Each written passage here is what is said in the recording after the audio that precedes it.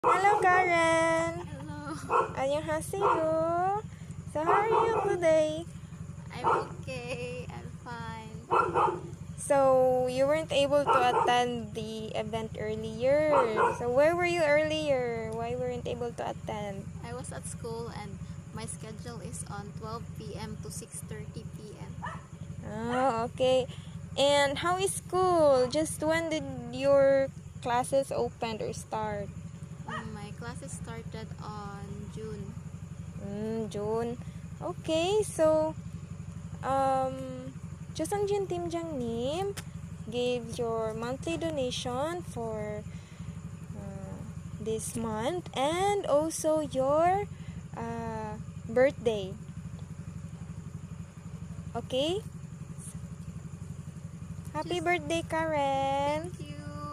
추선지님, 이소미님, 감사합니다.